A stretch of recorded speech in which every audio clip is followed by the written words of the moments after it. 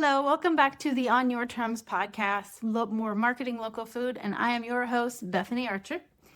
And today I'm super excited. We are going to talk about 4 reasons why you are possibly, potentially, maybe going home with leftovers in your food business. This is near and dear to my heart because here's the thing. As food producers, whether you're a pop-up vendor, you are a food truck, you're a baker, whatever, our food is perishable. We can't just put it on a shelf for the most part and sell it again the next week or whatever. We can't just do it that way. And so when we go home with a bunch of leftovers, it's kind of a big problem. It can wipe out all of our profit that day. Maybe we might have covered our costs, but that's about it. And that's no way to grow a business. That's no way to make this business that you have into some kind of a life-changing thing for you, right? And so I thought that there's some things that I want to talk about. Some of the reasons why we would be going home with the half of what we brought in the first place. Because that's going to happen every once in a while regardless. But if it's happening on a consistent basis, there's probably something missing.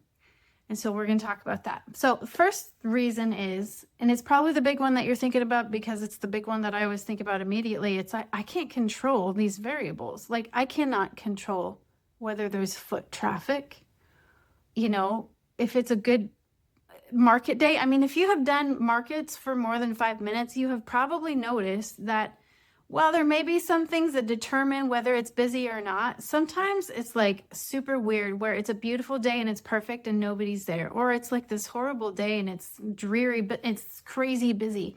And you just really don't have any way of predicting that foot traffic. It's really kind of annoying because sometimes you'll think that it's going to be a good day and then it's not.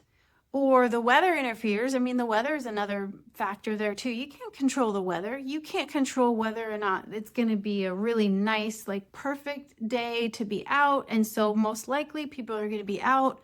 But if it's like super cold and rainy and stuff like that, you can probably expect that most of the time people are not going to be coming out in that. And sometimes we can mitigate that in the sense that maybe you make a little bit less if you know the weather's going to be bad. But the foot traffic in and of itself it's a hard thing. We can't really predict it and we can't control it. And it can be affected by so many different things. Like it can be affected by big events happening in your town, for example. I know that I have noticed, and it's so stupid because big events in our town. Now, our town is a relatively small town. It's the biggest one within quite a ways, but at the same time, it's pretty small. And sometimes we have these big events and people just come out. They're like, I'm going to go to the event and then we're going to go to the farmer's market and we're going to have lunch. We're going to do all these things. And then you're just super crazy busy. But then sometimes events will make it so that nobody comes out. Everybody's just like, nope. Or maybe there's multiple events going on in the same weekend. And so you just have to, people are dividing their attention, so to speak. So they're not going to come out as much except for the faithful people that come every week, right? And the stupid thing is year after year, it's not even the same either. It's not consistent. You can't count on if one event came into town and it was like super busy that day for you, you can't count on it being super busy the next year either, which is dumb, but it's the truth. And so it's something that we need to acknowledge that we cannot control the weather. We cannot control these outside things. And so it's important for us to understand that, but it's also important for us to not rely on those things, okay? And so which leads me into the reason number 2. There is a communication gap. So what I mean by communication gap is people need you to remind them that you exist. Not everybody. We all have the loyal people that will come out and they look for you and they will like check in on you if they haven't seen you for a while. There are always going to be some of those people. But most of the time, most of your customers need to be reminded about you. And sometimes we are trying to use old-fashioned or outdated or maybe ineffective methods to remind them when they're just not really that effective. So think about it. Like most of the time, people are not going to be going onto Facebook and looking at your page to see what you're selling that week. There's going to be some people who do, yes.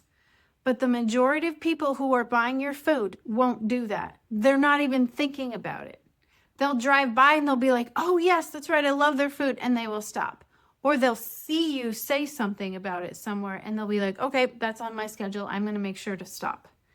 But we have that communication gap. We cannot help the fact that people are just, their lives don't revolve around us. I mean, I'm sorry, but they just don't. And it's just the way that life goes. And so if we are, understand me here, I'm coming at the perspective of we're trying to build a business that is going to change your life, something that could support your family, something that could bring your spouse home from their job. We're not talking about little tiny side hustles where you might want to make a couple extra $100 a month. We're wanting to build something here, something that's going to be life-changing. And so we cannot rely on those little things. We cannot just say, okay, well, if people are, if I'm important to people, then they will come out. It's not that they don't care about you, but their lives don't revolve around you and your food, and that's okay. And that's normal, because think about all the businesses that you like, whether it's food or not. You're not constantly thinking about them either. Now, if you're reminded about them, you're like, oh yeah, that's great. I'm going to go eat there, or I'm going to go do this, or they have this special and I'm going to go do it, or whatever it is for whatever type of business it is. But your life doesn't revolve around them. And so we need to understand that our customers' lives don't revolve around us. And so there is a communication gap there. We need to be able to make sure that the people who would buy from us know, one, where we're going to be, when we're going to be there, what we're going to be selling, things like that. They need to know all the details. We have to have an effective way of communicating to them. That is one of the reasons, because there is that communication gap. That's a huge reason why we end up going home with leftovers, because we don't know this. We don't address it. Okay, so reason number 3. This is the algorithm problem. So let's talk about the algorithm for a minute, because we are relying way too much on these algorithms for these social media companies that do not give a rip about us. Okay, so posting on social media is not strategy. It is pretty much just a gamble. Your post lasts for like 5 seconds and then it's gone. And maybe about 5% of your followers will see a post. And, this is just ridiculous. So I don't know if it's been going on for a long time or not. I have noticed it recently a lot since I've really been kind of thinking about this. As a baker, I get a lot of posts in my feed from my business page from people who do the same thing that I do. Facebook, anytime you make a post, Facebook has a certain amount of people it's going to show it to, right? And as AI takes over the algorithm a little bit more, it will try to be really clever about who it shows to, right? But here's the problem with local food as it pertains to that. The algorithm doesn't always take that into effect. Maybe it will at some point, but it does not compensate for the local bit. So what I'm talking about is I end up getting these posts from people who do what I do, because the algorithm is like, oh, well, she talks about giant cookies and brownies and cinnamon rolls, so she probably wants to see all these posts from all these other people talking about brownies and giant cookies and cinnamon rolls. But the problem is they're my competitors. Well, not really, because they are 2,000 miles away sometimes. I am a wasted view for their business. I am not someone who's ever going to buy from them. It doesn't benefit them at all. And it's because the algorithm is looking at the interest, but it's not compensating for the fact that I'm selling a local product. Maybe it just doesn't even know that I'm selling a local product. If I could tell it, don't show any of my products, any of my posts, anything to anybody that doesn't live within 50 miles of my location, that would be great, but I can't. And so when we make a post, you're going to see that about 3 to 8% of your followers will see it. And then a lot of the people who actually do end up seeing it are not even going to be followers, and they're never going to be customers, because they see your stuff from hundreds of miles away. And they're like, wow, that looks good. I'm never going to go out to that town anyway, so whatever. And they scroll right by. And our customers, because of the aforementioned communication gap I talked about a minute ago, they don't realize that they're not seeing your posts. If somebody has clicked that follow button, that to me means that they want to hear more from that business, right? You would think. But again, Facebook will only show your posts to 2 to 8% of those people. All of those other people, they don't even know. They don't realize that you've made a post unless they're one of the very few people that will be like, well, I haven't heard from them this week and I'm going to go look to see what they have, you know. I think the real issue here is that we don't own the platform and we don't control the audience or the algorithm or any of it. It is not ours. We are, and especially, I know a lot of us, you put all your marketing into the social media basket. And the problem is you're basically handing your business to another company that their algorithm decides what is best for their business, not what is best for yours. They will never, ever do what is best for your business at the detriment of their own. They will always do what their algorithm thinks is going to get the best engagement or this or that or whatever, but it is never going to be what is actually best for your business. You know what would be best for your business is if all of your followers just all saw your posts. I mean, that would, yeah. But their algorithms don't work that way and they don't serve your business, they serve theirs. It doesn't matter how much they sit there and pretend that they are for business owners. It doesn't matter. Their algorithm is controlled by them. It benefits them the most. And you could be shut down at any time. You could have your Facebook account revoked in a heartbeat and you would be lost if that is your only marketing. Okay, this is a really big problem. And let's talk about, again, the algorithm in and of itself, because they craft it in a way that is best for their business. They design these algorithms to keep people scrolling. The algorithms are not intended for, I mean, they're just not structured in a way that's optimal for businesses trying to reach customers. I mean, of course, because they want to keep people on the platform. They do not want to have people click off the platform and go look on your website or your pre-orders or whatever, okay? That's why, for example, if you have a link in your post, if you're linking to someplace off-site where people can go and pre-order, Facebook is going to show that post to fewer people. They will. It's ridiculous and it's stupid and it's frustrating, but they will. So then sometimes people will put the link in the first comment, which is just a little bit more work. And I try not to do unnecessary work, but it is what it is, you know? But that's the algorithm. The algorithm just wants people to keep scrolling all the time. I mean, that is terrible for us. Local food businesses, we just need to communicate the details. We need to get people to go do the pre-order, or we just need to let people know where we're going to be and things like that. But their whole thing is if people are going to be engaging and then scroll and engaging and scroll and engaging and scroll. And that's what people want. They just constant scrolling. So I'm not saying don't use Facebook or Instagram or whatever it is that you're using. I use it. But I think the problem is that we rely on it sometimes, and we really need to not rely on it. I mean, think about it. Your posts are probably time sensitive. How many times have you had a customer comment on a post from the previous week saying, oh, I just saw this. Man, I wish I would have caught you when you had that thing I've been waiting you to put back on the menu for the last 3 months. It happens all the time. It happens to people I work with. It happens to me. And it's because the social media algorithm is not designed for helping us actually reach our customers. I mean, flat out, that's just straight up what it is. So yeah, I'll make menu announcements. I'm not even sure if I'm going to continue doing that forever because I'm still just kind of figuring this out too. But the algorithm in and of itself, I think the problem is, this is our biggest problem actually, because most of us are very reliant on it. And the problem is you cannot build a reliable business on a foundation of an unreliable marketing system, which is the algorithm. This is a big, big problem. And so that's the thing I wanted to bring to your attention, because there's nothing you can do about that. Now, there is one more reason that I wanted to talk about. And this is something, it's a little sensitive maybe, but I'm going to call you out anyway.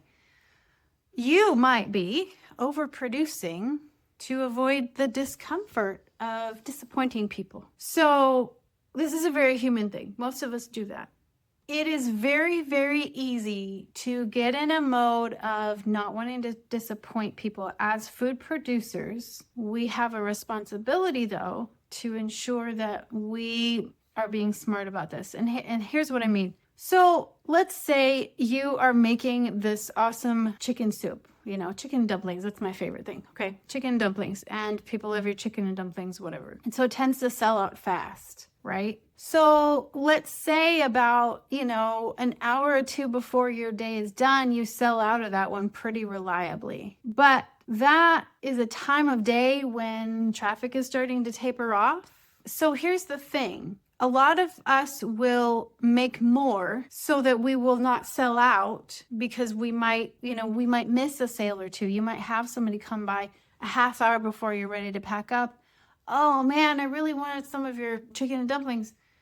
Well, one customer does not pay for an entire batch. So let's say if, we're making stuff in batches a lot of the time, and some recipes can be expanded to be just a little bit, but a lot of the time, if I'm going to make an extra batch, or if I'm going to make double as much, then I need to sell a lot more than just one extra bowl. I know this is kind of an uncomfortable thing to talk about, but most of us do it. At least in the beginning, I know I did it so much. And as a baker, I'm very heavily batch based. I cannot just say, oh, well, I'm going to make 3 extra cookies next week. It's either a batch, or it's a double batch, or it's a triple batch. And so if I am like, oh, I don't like disappointing people when they come by and they want to buy, but if I were to make another batch, then that means I'm going home with a bunch of unsold, because the demand isn't there for the whole entire batch. The demand is just there for maybe 1 or 2 extra cookies. So a lot of the time this comes out of fear of, we don't want to disappoint people, and we don't want to miss an opportunity to sell to someone, and we don't want to have to say, sorry, we're sold out. But it's kind of more of a boundary with yourself problem. It's not like a sales problem. It's actually a good thing. Or even if you have one person who's requesting something and you make a whole batch of it, and then that's one person is the only one who buys something. And over time, you would get an idea of what sells for you. But I think a lot of the time, those of us who make food and sell it, we do it because, maybe I'm projecting here, I love to feed people, and I love to see the joy on their face when they eat something that I have made. And it's one of my most favorite things in life. I actually had a customer one time call me out on it. She's like, that's your favorite part, isn't it? And I said, yes, it is. I love selling something and then having watching them take the first bite, and they're like, oh my gosh, it's so good. That's my favorite thing. And I think we have this desire often as food producers to make people happy through the food that we're making for them, because maybe it's your love language. Maybe it's something special for you. Maybe it's a way for you to teach something that is important to you, or expose other people to something that means a lot to you. And that's very, very fair. So we have to also, though, understand that we need to keep boundaries with ourselves and say, okay, but this is a business and I need to be smart about it. And there's going to be sometimes when I'm going to be sold out, and that's okay. And in fact, personally, Bethany's take is I should always be sold out about 85 to 90% through my day. Because that means I have been able to serve 85 to 90% of the demand, but I'm not going home with leftovers. That's always been my kind of goal through the day or sales cycle or whatever it is, because I also have a shop where it's like an indoor farmer's market, and I can drop things off for sale there. And so my goal for that is I want to make sure that I sell everything that I brought within a timely manner, obviously, because my stuff will go stale otherwise, but I want to sell out before that time frame hits to where they would be stale. Does that make sense? So when we make an extra batch just in case, or somebody, we sold out on something one week and somebody came by and was like, oh man, I really wanted it. So then we make an extra batch the next week and then we don't sell it. Or, we're just kind of producing for hope. Oh, well, man, I hope. Because sometimes the temptation can be, if I want to sell more, I need to make more.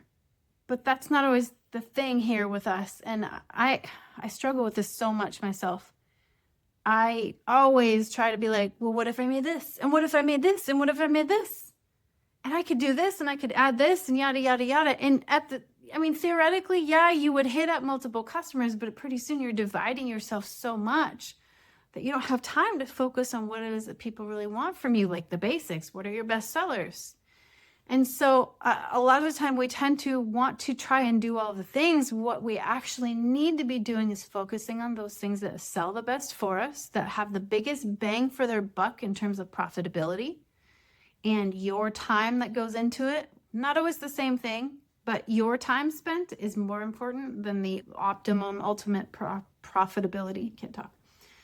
And that's something I'll go into in another podcast, but you got to understand that your time specifically is your biggest expense. And so your best bet is to focus on things that are that make the most out of your time. Okay. And so doing the best sellers and stuff like that is the best use of your time most of the time. And then you spend your time promoting and marketing these best-selling items to other people, because guess what? Your bestsellers are bestsellers for a reason. People love them. So you should maximize on that instead of trying to bring it, oh, well, if people love this, they're going to love all these other things. Well, no. Now, obviously, there's some caveats. If you're just getting started and you're kind of exploring different industries and, different kinds of things that you could bring to the table, oh, yeah, absolutely. And there are definitely exceptions and nuance to this. For example, let's say you're selling at a brand new venue to you or doing a brand new kind of event. Like I did this Christmas market a couple months ago. I made so much cookie dough. I was just like, I wanted to make as much as I humanly could make, because this was a big, big Christmas market. I had never done it before.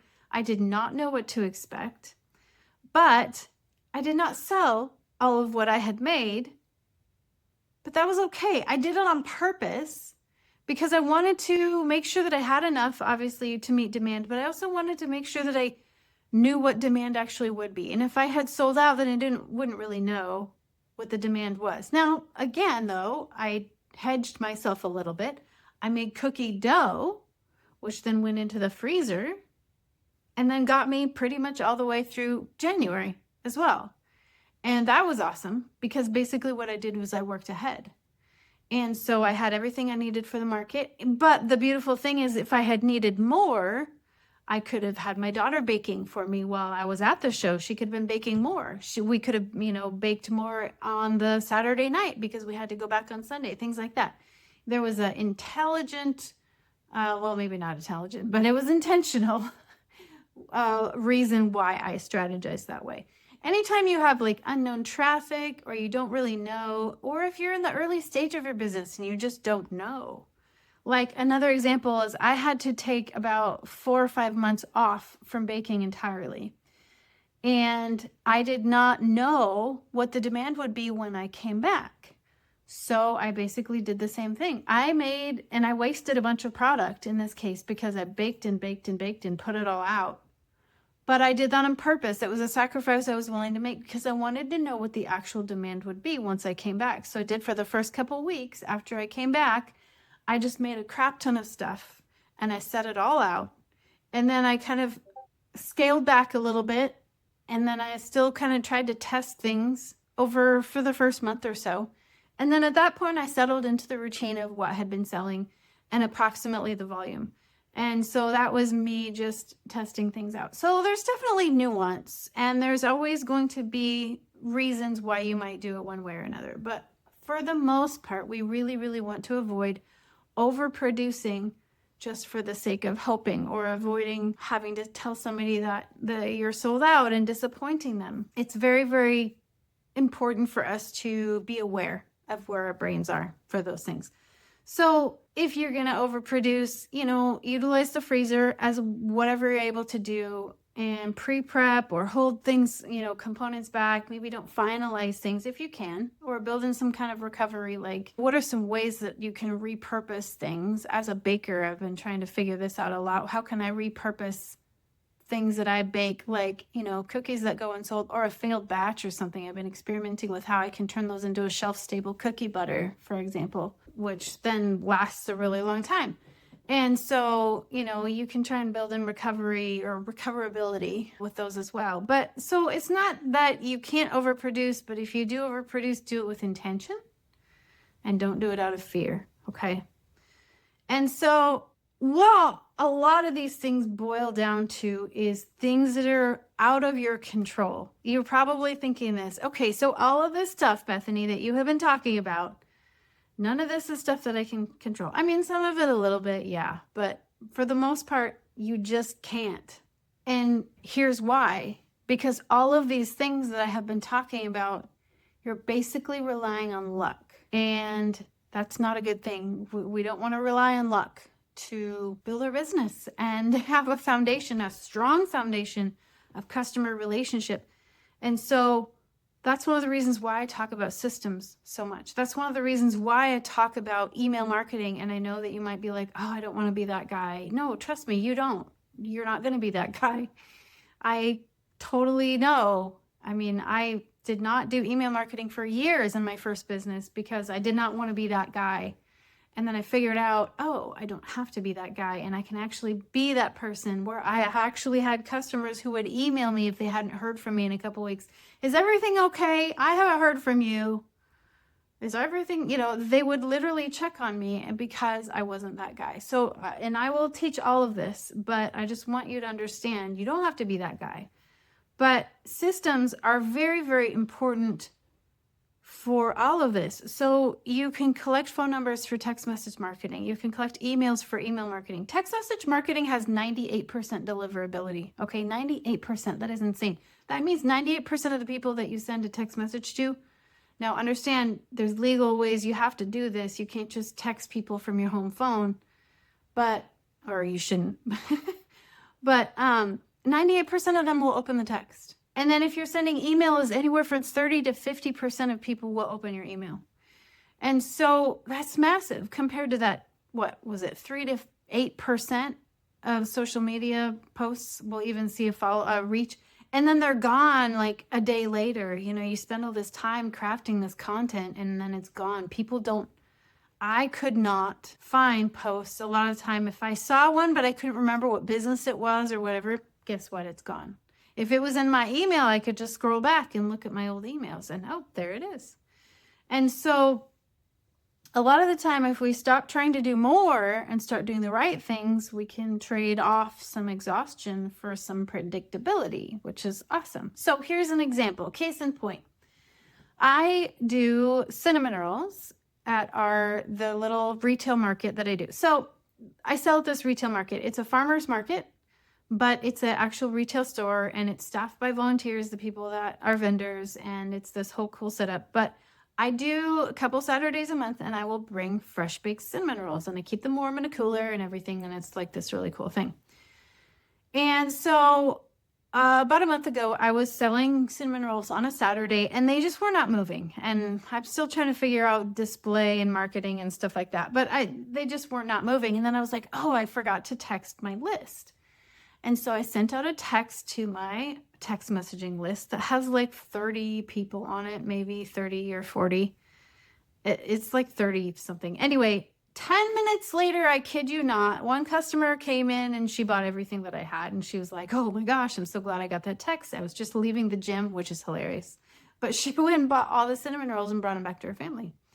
And I have countless stories like that where I will, sometimes I do actually forget to utilize my own marketing because I get busy.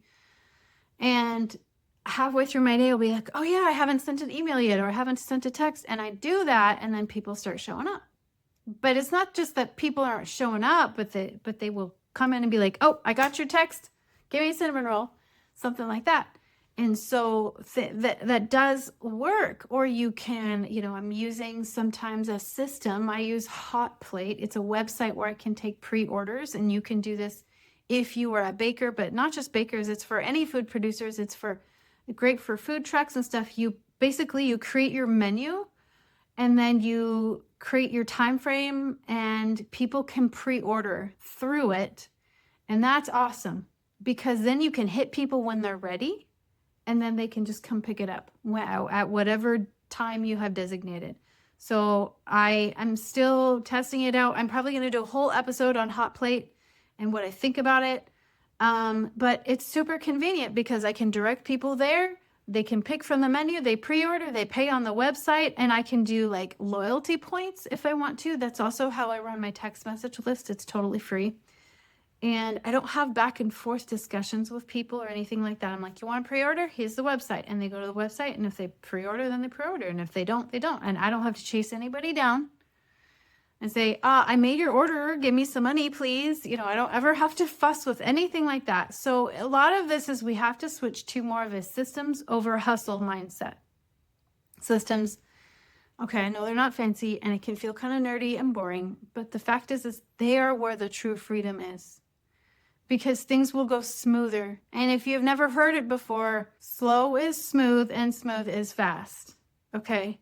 So if you are constantly having to scramble because you are constantly hustling and you're going in a zillion different directions, it would benefit you from stepping back or to step back and say, what kind of systems can I implement here that will smooth this way out? Because if you smooth things out, you will get your life back and your profit margin will grow because systems are repeatable. So before I let you go, I just want to ask you a question. And I want you to honestly think about this in terms of people who have already tried your food, like people who love your food, whatever. If 20 more people this week who had eaten your food and love your food, they know how good it is. If 20 more people than usual knew exactly when and where and how to buy from you this week, would you make more sales? I mean, really think about it. Because if your answer is no, you probably have a little bit of work to do maybe on your food. Because I doubt that you're maximizing your marketing perfectly already as it is. But chances are your answer is yes. If your answer is yes to that question, one, your food is not the problem, obviously. Your quality is not the problem. Your skill is not the problem. The problem is that people don't know about you. And people, or they know about you and they've had your food and they love it, but you're not on the radar when you need them to be on their radar. Let me say that again. You are not on their radar when you need to be on their radar so that they will know to come buy from you. So I have a food truck that I had worked with in the past, and I remember this one day he just did not sell hardly at all. It was just like way less than usual. And it was a farmer's market. And traffic was about kind of average, maybe a little lower than average, but it wasn't like normal in terms of, it wasn't a normal dip. It was just like a significant dip. And he was sitting there being like, man, what did I do? Did I like upset somebody or did I do something wrong? Is my food not good? Yada, yada, yada. And I was just like, okay. And he said, this is that tipped me off. He said, and I hardly even got any interaction on my Facebook post. Usually I get a lot more engagement. And I was like, okay, that's probably it. So we went in and looked, and I showed him the statistics, because you can actually look this up on Facebook, how many people actually saw the post. And then we compared it to posts that he had made in the past. And this is somebody who has about 1,000 people following him. And that particular post was a fraction of the normal amount. And I said, that's why, because the algorithm just wasn't in your favor that particular day. So guess what? You went home with a bunch of leftovers because of the algorithm. And that's why we need to not rely on the algorithm. We need to not rely on foot traffic. We can't rely on any of that. We need to implement systems that will help us reach our customers when we need to be able to reach our customers, so that they will know when, where, how, why, what, all the details about coming to buy from us. Okay? Now, back to if your answer was no to the question about if more people would buy your food. Think about this. Do people clearly understand what you sell? Is it obvious when your orders are open? Are you communicating clearly all the decisions that they need to make in order to make a purchase decision? Because if more awareness would not lead to more sales, there usually is either quality or clarity. It's not generally that you just need to post more or whatever, obviously. So it's not about doing more. We're looking at fixing what needs to be fixed. And we can definitely do that. And I will help you, because that is what this podcast is all about, is implementing digital systems to help your food business grow and to be able to market your business. So we're not trying to fix everything right now. Today, we were just talking about, here's the real problem. It's a communications issue, and we need to fix the communications issue. And I have ideas, and I have been working on this in my own bakery and in working with other businesses as well. And so we're definitely going to be continuing to talk about this stuff, because the whole idea of on your terms means I want you to be able to live your life on your own terms. And a lot of the time that means having this business be something that can change your life. I want you to be able to build freedom and the life that is on your terms, and not punching clock for somebody else if that's not what you want, of course. And having a business that works for you instead of you for it. Now, if you would like to explore this a little bit further, we are going to be talking a little bit more about the marketing and strategies and stuff like that. But I have actually put together a starter kit for you, and it will help you get your email list started. It will help you figure out your visibility online, to where if people are Googling what you sell in your town, do you actually show up?